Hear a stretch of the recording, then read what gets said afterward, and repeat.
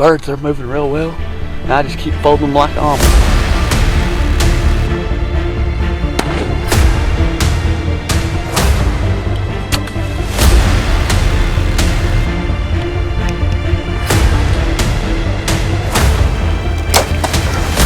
Oh, she's hammered.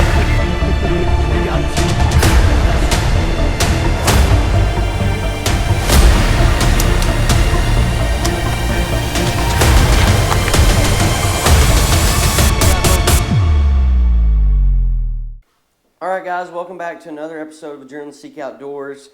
Today we are in the new bow shop. It's not finished completely, but it's getting there. It's pretty much done. We just have a few small little minor details to finish up with. But we're going to be doing a lot of videos in here. Videos like what we're going to be doing today, podcast, different stuff like that. So without further ado, let's jump into kind of the video we got for y'all guys today. We're going to be doing a comparison of back tension releases. We have two different brands of releases here today. One is a hinge release and one is a back tension release. They're both activated by back tension, but one is just a little bit different than the other. But we're going to be comparing them, talking about the pros and cons of each, and then at the end of it, you know, we're going to really put them head to head and decide what one works for me. What works for me may not work for y'all, but I want to give y'all my honest opinion on them. I've shot them both a lot, so yeah, and maybe that'll help you all kind of decide, you know, which way to lean or which one to go with or whatever. The first back tensions that I got, and the first one of today's video is going to be Ultraview the Hinge. This is the original hinge release. I bought this about a year and a half, 2 years ago, and when I bought it, honestly did not know anything about a hinge. But it took me a lot of getting used to just the drawing this release, activating it, all that stuff. It took a lot of trial and error. I didn't really have anybody to show me how to shoot the hinge release, just because really around where I lived and the people I shoot with and stuff, they didn't shoot them. So it was a lot of trial and error, so I've learned a lot of lessons with it the hard way, but you know, after a lot of time, I've figured it out, I guess you could say. So that's the first release we're going to be talking about. The second one is the NOCK On Silverback. This is the NOCK On Silverback. This is a back tension release. I actually just got this release probably 2 or 3 weeks ago. I've already sent a ton of arrows through it. You know, I'm liking it really well so far. I haven't shot it as much as the hinge, but I've shot it a lot. So I feel like we can do a pretty good comparison there.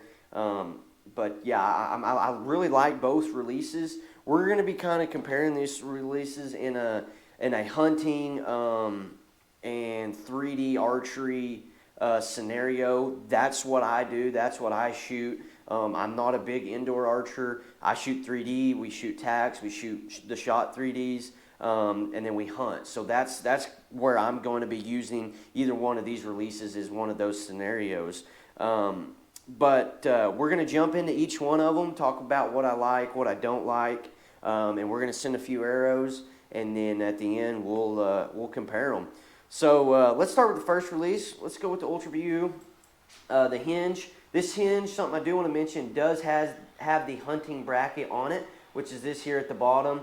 This hunting bracket allows you to place your thumb right there when you're drawing, and it also has this little notch right here that allows you to put a wrist strap release on it in case of wanting to you know, have a wrist strap for when you're hunting or whatever that is. So let's grab the bow. Sorry for the noise. There's some people working around the house on some trees and stuff. It's kind of annoying, but anyways, let's grab the bow, a few arrows, and send them down range. So first, like I said, we're going to start out with the hinge. If y'all want a bow spec video on my bows and then Braden's bows, let us know. We'd love to do that for y'all. We're not really going to dive into that right now. We're going to be focused on the release. But like I said, Ultraview Hinge. So how this hinge, I guess I'll explain how it works first off. So this is in the locked position right there. So what you're going to do, you're going to come in here, you're going to hook into your D-loop. Once you're hooked into your D-loop like this, what's going to activate this release is when you get to your back wall and you get settled in and you get your pin on your target, you get your anchor points all lined up. Once you're ready to start activating this release, what you're going to do is you're going to push and pull with these two fingers right here. These two that go in these grooves, oh, excuse me. These back two fingers, you're going to start putting more pressure on. You're going to put more pressure on these back two fingers as you push and pull than you are this one. Or you can think about relaxing this finger, because as you relax it, that release is naturally going to do this, and that's what's going to set that release off. That's why it's the hinge. You're hinging that release slowly to make it go off. This release does have a tension adjustment, so you can choose how hot or cold you want this release to be. This release right now is set very hot. It takes very little movement to set that release off. I don't recommend, if you're just starting out with a hinge, to have it that hot, just because when you're drawing your bow, when you're adding your anchor, it's going to take some getting used to. So I recommend it having a little bit colder, where it takes a little bit more movement to set that release off, just so you can get used to it. As you get used to it, then you can move to a little bit hotter release. But like I said, that's how you activate this release. When you're drawing this release, something that I kind of had to figure out, people talk about it, but it's hard to explain until you know. But you really want to put a lot of pressure on your thumb here, and you really want to have that release cocked forward, right? That's going to keep it from firing when you draw. And then what fires it is the opposite of that. It's leaning back. So, like I said, to draw this release, really have that cocked forward when you draw, and when you're getting in your anchor and all that stuff. And then once you're ready to start activating the release, then you can slowly start rotating it. But nonetheless, let's run a few shots through it. We got a target down there about 20 yards. Really, the purpose of this is just so you can see me shooting this release, how I'm drawing it, and all that stuff. So I'm going to clip in. It's in the lock position. Like I said, I'm going to have them fingers rotated forward so that this release doesn't dry fire as I'm drawing it. So let's go ahead. We're going to draw this release back. Okay. Once we're there, we're going to get into our anchor, wherever that's at. I'm going to take my thumb off, and as I do that, I'm going to just squeeze them back fingers.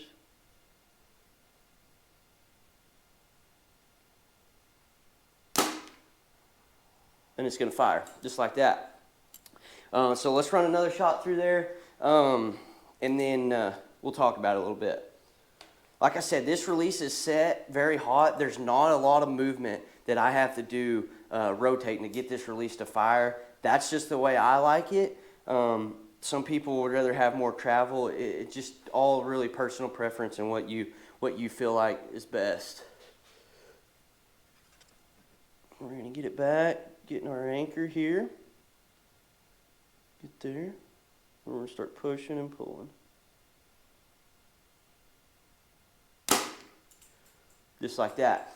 And as you can kind of see, I feel like when I'm shooting this release right, obviously the purpose of a back tension release is to get a surprise release. This is really good for eliminating target panic, and that's I guess a surprise release is the opposite of target panic. You don't want to know when that release is going to go off. You want to put pressure and just push and pull very slowly, letting that pin float, not being anxious about the bow going off, and then you're just pushing and pulling, and then boom, you get that surprise release. That surprise release, if you've never had that, is going to feel a little bit different and a little bit weird at first, but once you get used to it, it's super accurate, and it's how I think you're supposed to shoot.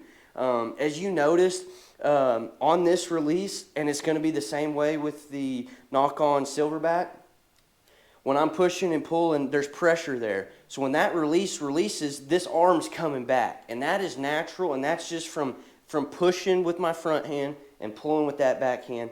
That release is just going to go off, and that arm's going to come back, and that's just natural.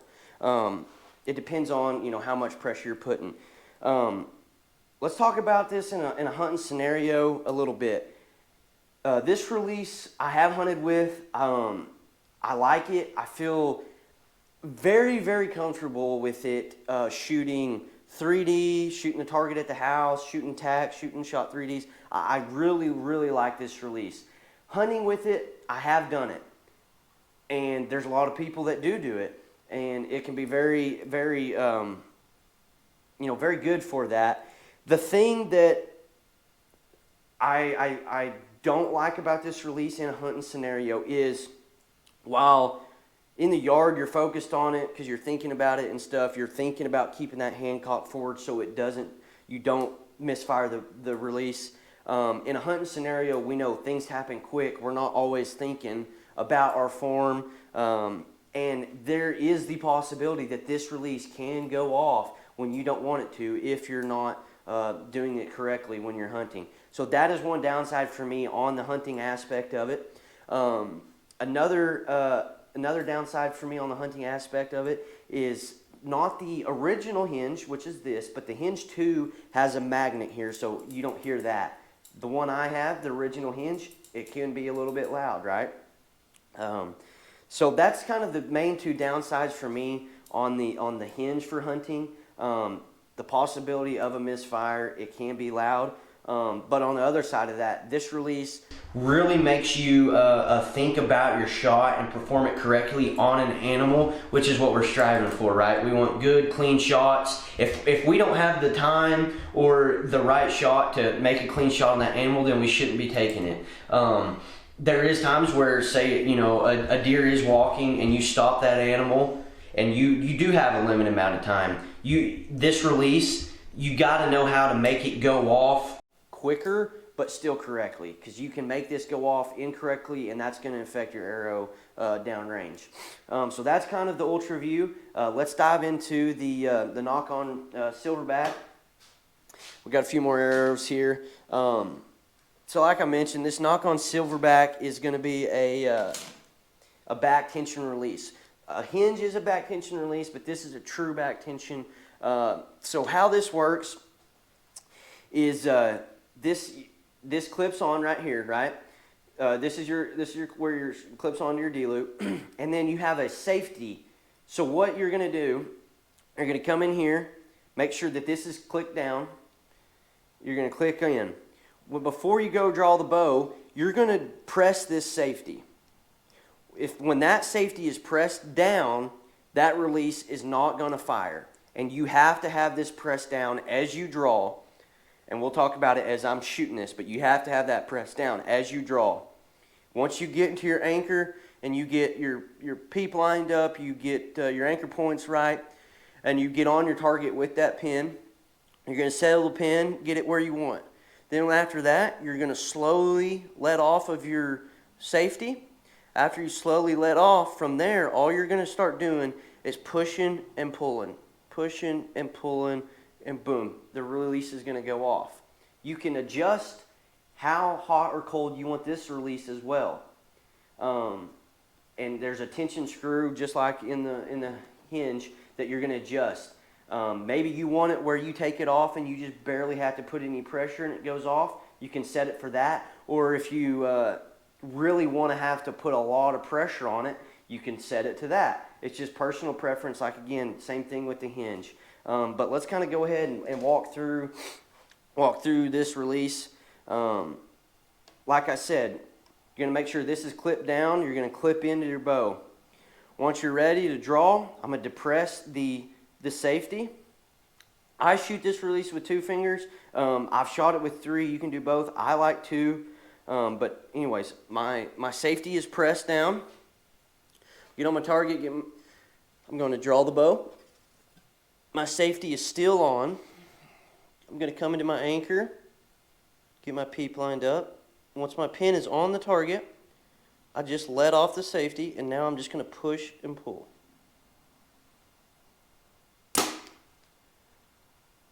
Good shot down range. It felt really good. So as you saw that, same thing with the hinge. What did this back arm do? It's going this way. My bow is going forward, and that's what I like to call my follow through. like I said, when shooting a back tension, that's kind of, you know, what you're going to expect. You're going to expect that follow through. Anyways, so let's shoot another arrow. This is what I mean by, with this release, you want to make sure this is cocked down. Obviously, you're not going to be able to draw it with it like this. And it just clicks in there. Like that. So, we're going to go in here, knock another arrow.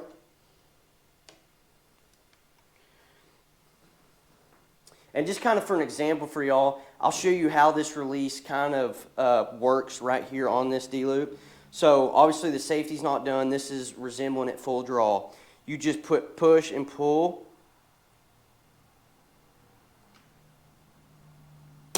And then it hits a certain pressure and goes off.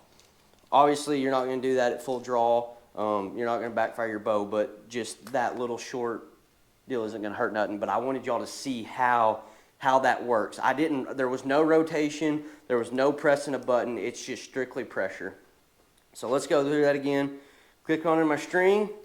I'm going to press my, my safety. I'm going to draw. I'm going to come into my anchor, get everything lined up. My pin's on the target. I'm going to let off of that. Then I'm going to slowly start pushing and pulling. And it goes off. So that's that. I have not hunted with this release yet, so I can't necessarily speak for it in that sense. But one thing that I like about this release in the hunting aspect form of it is I do have that safety. I know if that safety is pressed down that release is not going to fire until I let go of that. That is one plus of this that I do like. Same thing with kind of that I was talking about with the Ultraview.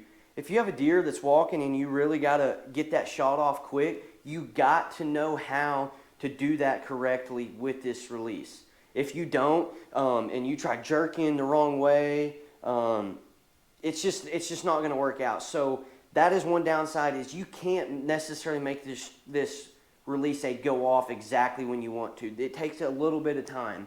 I do really like this release, for hunting, because it has the safety, and two, the other reason I like it is it makes me, same thing with the hinge, but it makes me have to think consciously about that shot process on that animal. It makes me slow down. It makes me go through my process that I do when I'm shooting my bow at tack or in the yard, and that slows me down enough to make a good shot on that animal and make a correct shot. So kind of coming into the comparison of them, they're a little bit different styles, each one of them. Like I said, this is a hinge activated, it's still back tension, and this is a true back tension release. I've shot both of them a lot. If I had to choose one, and this is personal preference, and this is not hating on any style or brand of the release. If I had to choose one, I'm probably going with the NOCK On Silverback back tension. The reason behind this is I love having a safety trigger. Even though I know how to draw this correctly, when I do draw it correctly, I'm not going to misfire it. I still like to have that safety trigger, and especially for hunting. I know if that's not pressed, the bow ain't even going to get back. I like having the safety trigger. I feel like with this release, it really just suits me better hunting. And that's my sole purpose and our sole purpose of what we do with TAC and the Shot 3D is to get ready for hunting. So that's why I'm personally going to choose this release. This this Ultraview release, this hinge, I've never shot a release that is more fun than this. I love to shoot this release in the yard at shot and tack. When I shoot this release, I love it. I like just the rotation and the pushing and pulling. The great surprise. It has a really clean break off the D loop, and it's very accurate. Both these releases are, and it's very, very accurate. But because I'm doing what I'm doing to be in a hunting scenario, I'm probably going to go ahead and choose what I'm going to hunt with. both of these releases are great releases. They're great brands. I haven't had any problems with any one of these releases. I love them both. I still shoot them both. Even though I may choose this one, I still shoot this one a lot. So I really like them. Your decision is going to be based on what you prefer. You may like this way better than this. So I recommend y'all go out there and shoot them. Go out and find somebody that has one and have them teach you how to shoot it the correct way, and then compare. And that's not saying that these are the only two brands out there to shoot. There's tons of brands of hinge releases and back tension releases. These are the two I have. I will say I feel like these two brands are more popular than some of the others. They're great brands, but there's many brands out there to choose from. But like I said, guys, go out there, shoot them, figure out what's going to work best for y'all, figure out what you like in a release, what you don't like in a release. And this is, I'm talking about back tension. Obviously, there's a ton of thumb buttons and index activated releases. This video was really designed for a back tension activated release.